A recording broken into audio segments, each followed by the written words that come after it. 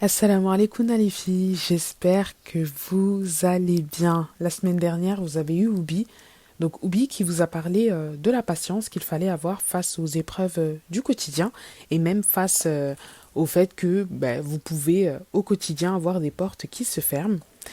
Là, aujourd'hui, moi je vais vous parler d'un sujet qui me tient à cœur et parce que je sais qu'on peut y être confronté tous les jours, tout simplement. Et ça va commencer par le fait que je vais vous raconter une anecdote qui m'est arrivée pas plus tard que la semaine dernière. Et ça va parler du conseil. Je faisais mes courses tranquillement, donc j'ai rien demandé à personne. J'ai décidé aussi d'offrir un cadeau à une collègue. Et je passe à la caisse, donc dans mes courses il y avait de tout, hein. C'était très aléatoire, mais il y avait vraiment de tout, de la nourriture, des produits ménagers, enfin des cadeaux, il y avait vraiment de tout. Et il y a le caissier qui me regarde, mais avec tellement de jugement. Et en fait, il passe mes courses avec aussi tellement de mépris, et j'ai pas compris. J'ai vraiment pas compris pourquoi. Et il faisait que me regarder, mais avec un regard tellement insistant. J'ai fini par lui demander, du coup, mais pourquoi vous me regardez comme ça? Et il sourit, mais c'est pas un sourire du style ah je suis content ou je suis heureux de te voir ou bien quelque chose comme ça. C'est un sourire très, j'irai pas jusque dire maléfique, mais un sourire très qui met très mal à l'aise. Et donc il me dit vous êtes musulmane. Et là moi je suis offusquée limite parce que alhamdoulilah je suis voilée depuis 7 ans. Je porte le voile, je suis devant toi et tu me poses la question est-ce que je suis musulmane? Je savais pas si je devais rire ou pleurer, mais je me dis bon, admettons. Je lui réponds oui, mais je comprends pas en fait. Pourquoi vous me posez la question? Et il me dit est-ce que vous savez parler l'arabe? Je lui dis monsieur, sincèrement, je lui fais comprendre que je ne vois pas où il veut en venir. Et carrément, j'ai commencé à me remettre en question et à regarder dans mes courses si, s'il y avait quelque chose qui pouvait laisser sous-entendre que je n'étais pas musulmane ou je ne sais pas, peut-être que le cadeau que j'ai acheté, lui il a fait référence à Noël, le fait que voilà j'aimerais, enfin que je fête Noël ou quoi qu'est-ce, donc je ne sais pas, franchement je ne savais pas où il voulait en venir. Donc du coup il me dit, mais vous savez moi je parle l'arabe, je sais le lire, je sais l'écrire, et vous je ne comprends pas comment vous pouvez lire le Coran si vous ne parlez pas l'arabe. Il me dit ça comme ça, hein, textoté, sachant que je n'avais rien demandé. Et moi, pour vous faire un aveu, je suis une personne, je n'aime pas me vanter de qui je suis, de ce que j'accomplis au quotidien et de ce que je fais pour ma religion. J'aime pas vanter ce que j'accomplis parce que autrement, ça devient de l'ostentation. Et surtout quand je le fais pour la cause d'Allah, surtout quand je le fais pour évoluer dans ma religion, je ne suis pas le genre de personne qui va dévoiler en fait toutes les bonnes actions qu'elle va faire. Donc là, je le regarde, je lui dis, mais monsieur, là n'est pas le sujet, je suis venu tranquillement faire mes courses, je ne comprends pas. J'ai pas compris vraiment sa réaction, et du coup, il se contente de sourire et de continuer à passer mes courses. Et en fait, c'était tellement, j'irais pas jusque dire pathétique, mais limite ridicule, parce que je ne comprends pas toutes ces remarques, tout ce regard-là, ce regard avec tellement de jugement, de mépris, et il m'a même pas expliqué pourquoi il me posait ce genre de questions, enfin vraiment, j'ai pas compris. Et les gens qui étaient derrière moi étaient même en train de le regarder, mais en mode, il est vraiment, il est ridicule en fait. Il est vraiment ridicule, elle a rien demandé, elle est en train de passer ses courses et tu lui poses ces questions-là.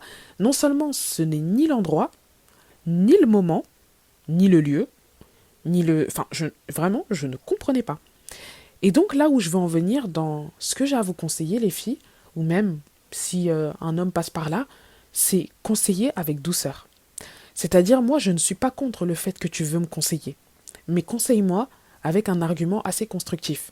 Ne te contente pas de peu, ne te contente pas de me regarder avec beaucoup de jugement, ne te contente pas de me parler avec beaucoup de mépris, ne te contente pas de ça.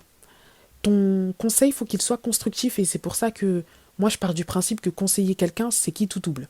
C'est-à-dire, tu peux tout aussi bien conseiller une personne, c'est soit la personne elle va t'écouter parce qu'elle a compris et parce qu'elle a le recul nécessaire qui lui permet du coup de prendre en compte ton conseil tout en prenant le fond de ce que tu vas dire et non pas la forme, ou soit la personne elle va se braquer et son cœur en fait il va s'endurcir, elle va se renfermer. Moi, je ne suis absolument pas contre le conseil et au contraire, à l'heure d'aujourd'hui, je ne demande que ça. C'est-à-dire quand tu vois que je fais quelque chose de mal ou que j'ai dit quelque chose qu'il ne fallait pas par pure maladresse et par inadvertance, j'aimerais que tu me le dises avec de la bienveillance. C'est-à-dire le conseil, ça passe pour moi, hein, selon moi, à mon humble avis, le conseil, ça passe par 3 étapes. Première étape, tu pars d'un constat. C'est-à-dire tu relates les faits. Oui, tu as fait ça. Voilà, je vais prendre un exemple tout bête, hein. Une personne qui fume. Tu pars d'un constat. Tu lui dis, voilà, toi, tu es en train de fumer, j'ai vu que tu as fumé. Ça, c'est le constat. Deuxième étape, tu passes par un conseil. Tu lui dis, voilà, moi, je te conseille d'arrêter. Je te conseille d'arrêter parce que il y a ça, ça, ça et ça. Donc, à ce moment-là, tu commences à lui citer des preuves. Tu commences à argumenter ton argument, en fait, tout simplement. Et la troisième étape, c'est que tu lui apportes ton soutien. Peu importe la personne qui est en face de toi, elle mérite tout de même ton soutien parce que de toute façon, si tu lui donnes un conseil, c'est que indéniablement, elle mérite un certain soutien. Et donc, tu te dois de lui faire comprendre que tu seras là pour elle, que tu n'es pas parfaite, mais que tu es là pour l'aider à avancer. Donc pour moi, en clair, hein, l'étape du conseil, enfin les étapes du conseil, elles sont primordiales. Tu ne peux pas te contenter aussi d'interdire une chose à une personne sans même le justifier. On voit beaucoup ça avec les parents d'aujourd'hui qui font ça avec leurs enfants justement et se contentent de leur interdire les choses sans même leur expliquer le pourquoi du comment. Moi-même, j'ai vu ça autour de moi, hein, dans mon entourage, des parents qui disent à leurs enfants, ne fais pas ça, c'est tout. Et pas de justification, pas d'argument. Et pire encore, c'est ne fais pas ça ou sinon je te fais ça. C'est-à-dire directement, il y a la menace qui vient après. Et ça, je trouve que c'est même pas une bonne idée. Pas du tout parce que moi-même, aujourd'hui, je suis un adulte, mais en tant qu'enfant, si tu m'interdis de faire quelque chose sans même en justifier euh, la raison, tout simplement, je ne m'arrêterai pas. Et encore aujourd'hui, en tant qu'adulte, c'est peut-être assez cash ce que je suis en train de dire là, mais je ne peux pas arrêter quelque chose sans même savoir pourquoi je devrais arrêter cette chose. Et là où la maturité et le recul agissent, c'est que tu vas m'interdire une chose, mais je vais te demander pourquoi tu me l'interdis. Tu ne peux pas te contenter d'une interdiction. Tu ne peux pas te contenter de dire à une personne ne fais pas ça, c'est tout. Je suis désolée, pour moi, c'est pas un conseil. Et limite, c'est que je pourrais mal le prendre dans le sens où je me dis ah mais la personne, elle ne veut pas me voir évoluer parce qu'elle se contente que de peu. Donc, tout ça pour vous dire quoi, les filles? Juste conseiller avec bienveillance. Arrêtez de conseiller, d'interdire quelque chose sans même la justifier. Conseiller avec bienveillance parce que je pense que malheureusement aujourd'hui dans notre Oumma, c'est ce qui manque. C'est ce qui manque, le conseil bienveillant, le recul, la maturité. Malheureusement, c'est ce qui manque. Et souvent, les enfants, ils ont du mal à donner des conseils parce que, soit parce qu'ils en ont pas reçu, soit parce qu'ils ne savent pas comment faire. Et dans ce cas de figure, à la rigueur, si vous ne savez pas comment conseiller quelqu'un, analysez la situation, ne réagissez pas à chaud, prenez du recul, en tout cas le recul nécessaire qui vous permettra de bien conseiller la personne. Ou sinon, si vous voyez que vous n'en êtes pas capable, appelez quelqu'un que vous estimez juste dans ses propos et dites-le lui, racontez-lui. Voilà, j'ai vu telle personne qui a fait ça, je sais que ce n'est pas bien, mais je ne sais pas comment la conseiller. Que dois-je faire? Donc là, n'hésitez pas à demander de l'aide autour de vous. N'hésitez pas à demander de l'aide autour de vous. Ce n'est pas une honte. Vient aussi la question sur les fréquentations, mais ça, je pense que je l'aborderai une prochaine fois, Inch'Allah. C'était tout pour moi aujourd'hui. Les filles, j'espère que vous avez pu prendre en compte le conseil que j'aimerais vous faire passer et la leçon à retenir derrière tout ça. On se retrouve une prochaine fois, Inch'Allah. Prenez soin de vous. Assalamu alaikum. Merci pour ce temps partagé avec nous.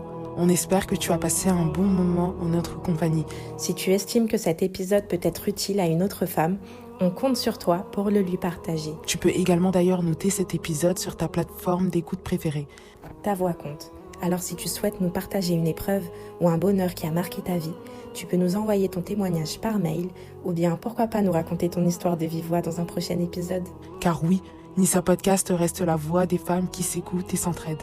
Cet épisode prend fin ici, mais notre relation, ma sœur, continue d'exister. Alors on reste à ton écoute comme toujours. Prends soin de toi et n'oublie surtout pas une chose. Allah est avec toi.